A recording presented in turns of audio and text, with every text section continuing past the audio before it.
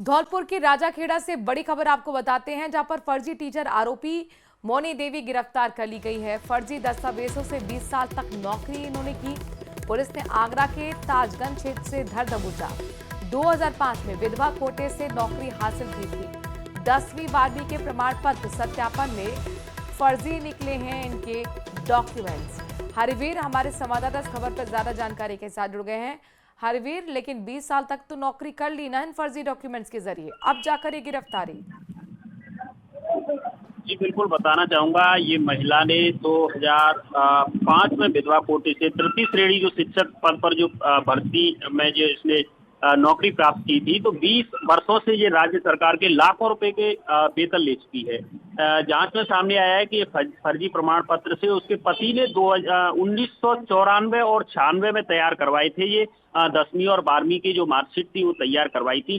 पति की 2001 में मौत हो गई थी, तो मोनी देवी ने इन्हीं जो कागजात थे, जो दस्तावेज थे, उनका इस्तेमाल करके ये नौकरी हासिल की थी। तो सत्यापन में दस्तावेज फर्जी पाए जाने पर पुलिस ने उसे फिलहाल गिरफ्तार कर लिया है और जांच की जा रही है। ये जो मोनी देवी है वो राजाखेड़ा के रोहाई मोहल्ले की रहने वाली है। वर्तमान में ये आगरा के ताजगंज क्षेत्र में रह रही है। पुलिस ने इसे गिरफ्तार कर लिया है और इसे जेल भेजा जाएगा। लेकिन सवाल ये है कि इसने जो सरकार से लाखों रुपए का जो वेतन है वो 20 साल से उठा रही थी और ये नौकरी कर रही थी। जी बिल्कुल, अब जांच कैसे आगे बढ़ेगी, कार्रवाई कैसे आगे बढ़ेगी, क्या ये आदेश इसमें आएगा? चूंकि जो लाखों का वेतन उठाया गया है फर्जी डॉक्यूमेंट्स के आधार पर, क्या उसकी भी वसूली होगी, ये देखना होगा। शुक्रिया हरिवीर तमाम जानकारी हम तक पहुंचाने के लिए।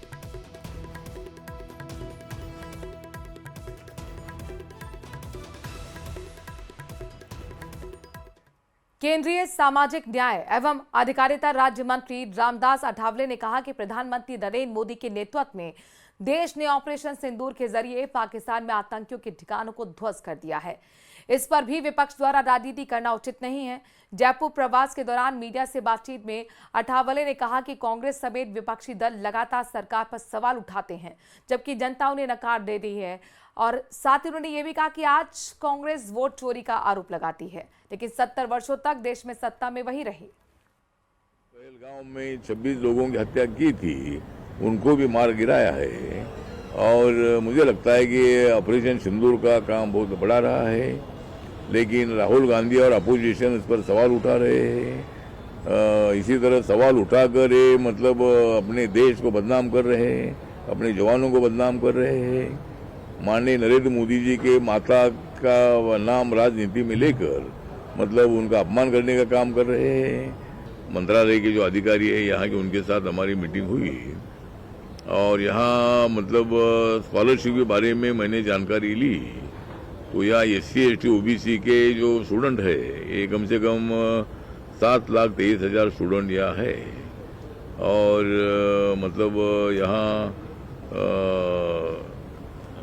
यहाँ जो हॉस्टल्स है, ये हॉस्टल्स कम से कम 978 हॉस्टल्स गवर्नमेंट एंड जो चलाती है, और उसमें हर स्टूडेंट के लिए 3,250 रुपये पर मंथ दिया जाता है।